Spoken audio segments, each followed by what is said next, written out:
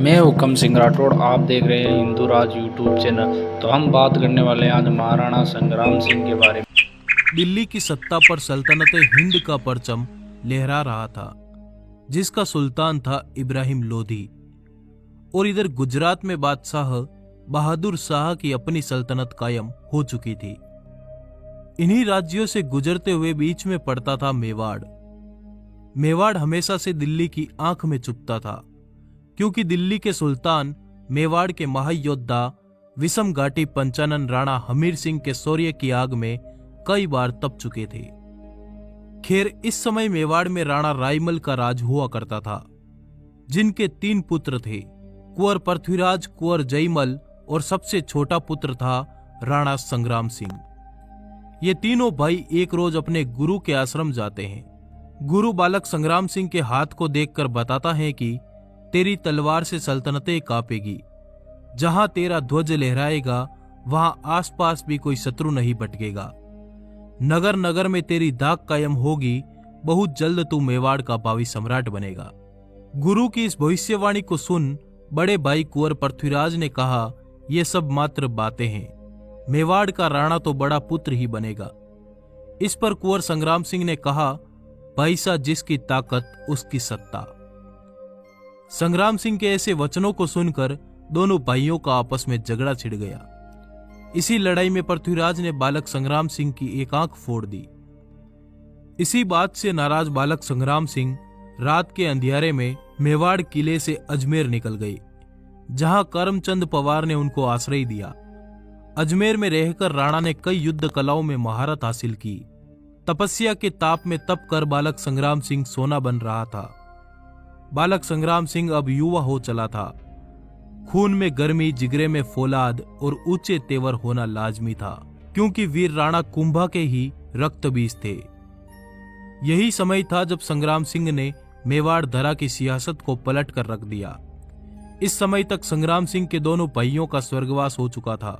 इसी के साथ सरदारों ने राणा संग्राम सिंह को राज्य का उत्तराधिकारी घोषित करते हुए उनका मेवाड़ की गद्दी पर राज तिलक कर दिया। यह वही संग्राम सिंह है जिसे दुनिया राणा सांगा के नाम से जानती है। राणा ने सतलुज, बयाना, सिंध, मालवा, भरतपुर, ग्वालियर, बयाना, उत्तर गुजरात और संपूर्ण राजपूताने में एक छत्र शासन स्थापित किया। राणा के एक आंख एक हाथ नहीं थे और शरीर पर 80 घाव थे, पर फिर भी खुले शेर की तरह भयानक युद्धों का नेतृत्व खुद करते थे। राणा संपूर्ण भारत पर एक छत्र शासन स्थापित करके विक्रमादित्य की उपाधि धारण करने का अरमान रखते थे। इन्होंने पाती पर्वन की प्रथा को पुनः जीवित करते हुए सभी क्षत्रिय ताकतों को एक कर दिया, जिससे पश्चिम में मेवाड़ एक हिंदू राज्य बनकर दिल्ली की सत्ताओं को ललकारने लगा। दिल्ली के सुल्तान को बंदी बनाया, गुजरात के शाह को घोड़े के पीछे बांधकर मेवाड़ ले गए और बयाना के मैदानों में विशाल मुगल फौज को परास्त कर दिया। जब भारत चारों तरफ से शत्रुओं से गिर चुका था, तब ये एकमात्र योद्धा बनकर उठे। आइए डिमांडिंग पंडित के साथ जानते हैं राणा सांगा के इतिहास के अनसुने पन्नों की पूरी दास्तान। साल 1509 में राणा सांगा ने मेवाड़ की गद्दी संभाली। मेवाड़ में अपना गढ़ मजबूत करने के बाद राणा ने राजपूताने की सभी बड़ी बड़ी रियासतों के साथ वैवाहिक संबंध स्थापित करने शुरू किए, जिसमें मारवाड़, बीकानेर, बूंदी, आमेर, बागड़ में वैवाहिक संबंधों की स्थापना के साथ राणा ने कई ताकतों को एक साथ ला दिया और साथ ही करमचंद पवार को अजमेर का मुख्य सरदार घोषित करके अपनी सत्ता को राजपूताने के मुख्य द्वार तक मजबूत कर दिया। चारों दिशाओं में अपनी सत्ता मजबूत करने के बाद राणा ने ईडर प्रदेश पर हमला कर दिया, जहां का शासक राजा बाणमल गुजरात के सुल्तान महमूद शाह का पूरा समर्थन करता था। राणा के इस भयानक हमले से ईडर नरेश गुजरात भाग गया, जिसके बाद राणा ने अपने सरदार को ईडर का मुख्य प्रहरी बना दिया। इधर मेवाड़ से दूर मालवा में सुल्तान नासिर शाह खिलजी का शासन हुआ करता था, जिसका वजीर था मेदिनी राय। मेदिनी राय खिलजी की नीतियों के पूर्ण खिलाफ था और इन्हीं बातों से तंग आकर मेदिनी राय राणा सांगा के दरबार में जा पहुंचा, जहां राणा ने मेदिनी राय को गागरोन और चंदेरी का प्रहरी बना दिया। अब आप देखिए, राणा ने बड़ी बड़ी रियासतों से रिश्ते तय करके सभी बड़ी ताकतों को एक छत्र में ले आए और चारों तरफ अपने विश्वसनीय सरदारों को बैठा दिया। अब राणा ने महाभयानक युद्धों का शंखनाद किया। राणा की निगाहें तो शुरुआत से ही दिल्ली की सत्ता पर टिकी थी और इसी के साथ राणा ने पश्चिमी उत्तर प्रदेश के कई क्षेत्रों पर अपना ध्वज लहरा दिया और दिल्ली को आगरा पर हमले की ललकार भेजी। अब दिल्ली दूर नहीं थी। राणा की इस बढ़ती ताकत ने सबको हैरान कर दिया। इसी बढ़ती ताकत का जवाब देते हुए साल 1517 में दिल्ली के सुल्तान इब्राहिम लोदी ने तुरंत एक विशाल सेना के साथ मेवाड़ पर चढ़ाई कर दी। इस युद्ध में इब्राहिम की सेना को चारों तरफ से घेर लिया गया। इस युद्ध में राणा का एक हाथ कट गया और एक पैर पर तीर लगा, जिससे उन्होंने एक पैर खो दिया। इब्राहिम को कैद करके मेवाड़ दरबार ले जाया गया, जहां से हरजाना लेकर उसे छोड़ दिया गया। उसके 2 साल बाद फिर साल 1519 में इब्राहिम लोदी ने मियां मक्कन के नेतृत्व में राणा सांगा पर एक बार फिर हमला कर दिया। इस बार फिर राणा सांगा की विजय हुई। दिल्ली के सुल्तान को 2 बार पराजित करने के बाद संपूर्ण राजपूताने में राणा सांगा के नाम की दाग कायम हो गई और सभी ने सांगा को अपना सरदार चुनते हुए उन्हें हिंदू पथ की उपाधि से नवाजा।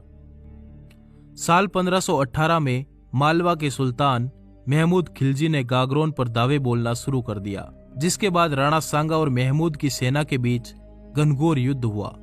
इस युद्ध में सांगा ने महमूद के सभी सरदारों को मार डाला और महमूद को बंदी बनाकर चित्तौड़ में 5 महीने तक कैद कर दिया गया। इतिहास अब करवट बदल रहा था। काबुल का बादशाह बाबर और दिल्ली के सुल्तान इब्राहिम लोदी के बीच 20 अप्रैल 1526 में पानीपत के मैदान में घनघोर युद्ध छिड़ गया। इस युद्ध के समय राणा सांगा शांत चित्त से मौके की तलाश में थे।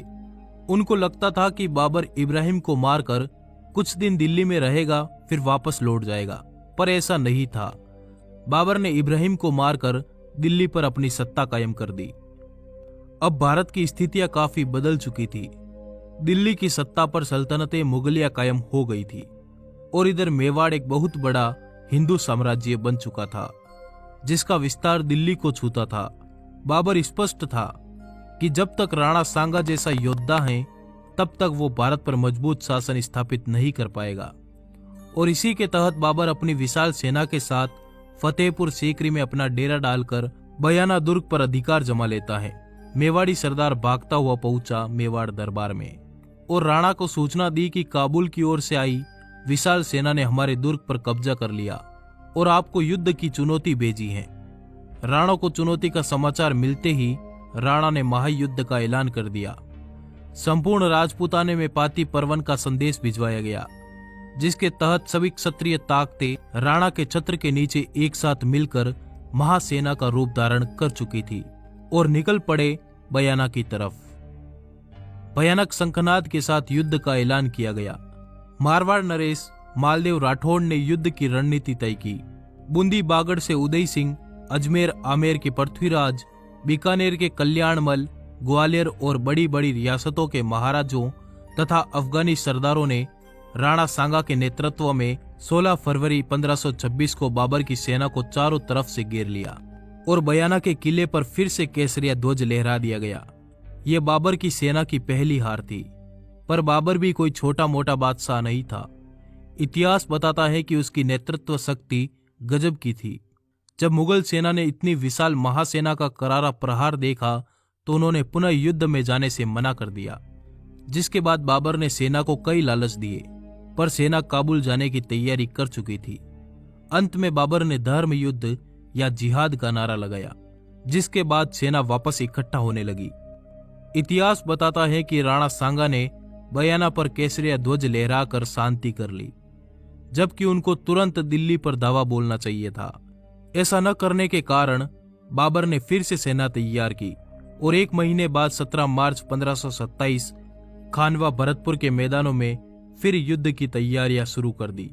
जब राणा के सरदार सरहदी सुरक्षा का पहरा लगा रहे थे, तब उन्होंने राणा को समाचार भिजवाया कि हुकुम तैयार रहे, फिर एक बार युद्ध की तैयारी चल रही है। इस बार फिर पाती परवन के साथ एक महाविनाशी सेना के साथ राणा सांगा और मुगल सेना में टकराव हुआ इस बार बाबर ने कई सारे तोप अपनी सेना के पीछे तैनात कर रखी थी। तोप जैसे हथियार के बारे में भारतीयों ने पहले कभी नहीं सुना था। जब राणा की सेना आगे बढ़ी तब अली और मुस्तफा के नेतृत्व में तोप का मुंह खोल दिया गया। हजारों हिंदवी सिपाही ढेर हो गई। राणा गुस्से में लबरेज होकर युद्ध क्षेत्र के बीच में जा पहुंचे, जहां बाबर ने सेना को तुलगामा पद्धति अपनाने का आदेश दिया, जिसके तहत राणा की सेना के पीछे से हमला करना शुरू कर दिया गया। इस हमले में राणा को एक तीर लगी, जिससे वे हाथी से नीचे आ गए। तुरंत जाला अज्जा ने राणा का राज चिन्ह धारण किया और हाथी पर सवार होकर युद्ध घोष किया, और बाकी सरदार राणा को युद्ध क्षेत्र से बाहर बसवा ले गए, जहां राणा को वापस होश आने के बाद राणा ने कहा, जीत की बधाई हो। पर सरदारों ने कहा कि हम अपनी धरा खो चुके हैं, हुकुम मेवाड़ प्रस्थान करने का आदेश सुनाए। पर राणा सांगा ने सरदारों को फटकार लगाई और कहा, मेरे आदेश के बिना कौन मुझे रण क्षेत्र से बाहर लाया। पुनः युद्ध की तैयारी करो, हम विजयश्री के साथ मेवाड़ जाएंगे। तभी राणा को संदेश मिला कि बाबर की सेना चंदेरी पर हमला करेगी। तो राणा ने सरदारों को कहा, तैयार हो जाओ और निकल पड़ो चंदेरी की तरफ, जहां कालपी के मैदानों में राणा सांगा ने अपना डेरा लगाया। वहीं कालपी के मैदानों में राणा सांगा का स्वर्गवास हो गया। कुछ लोगों का मानना है कि राणा सांगा को सरदारों ने जहर दे दिया था।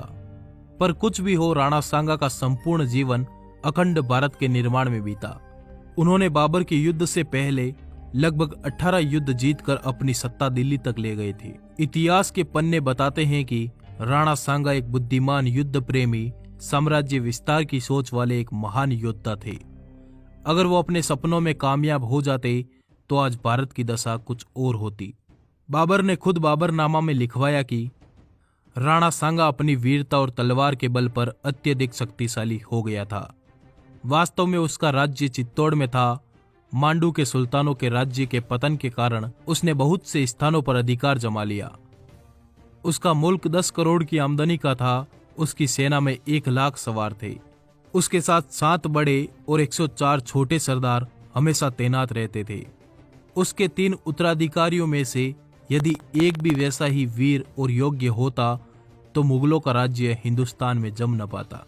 इस वीडियो को बनाने में बहुत मेहनत लगी है। कृपया लाइक जरूर करें। धन्यवाद। जुड़े रहिए।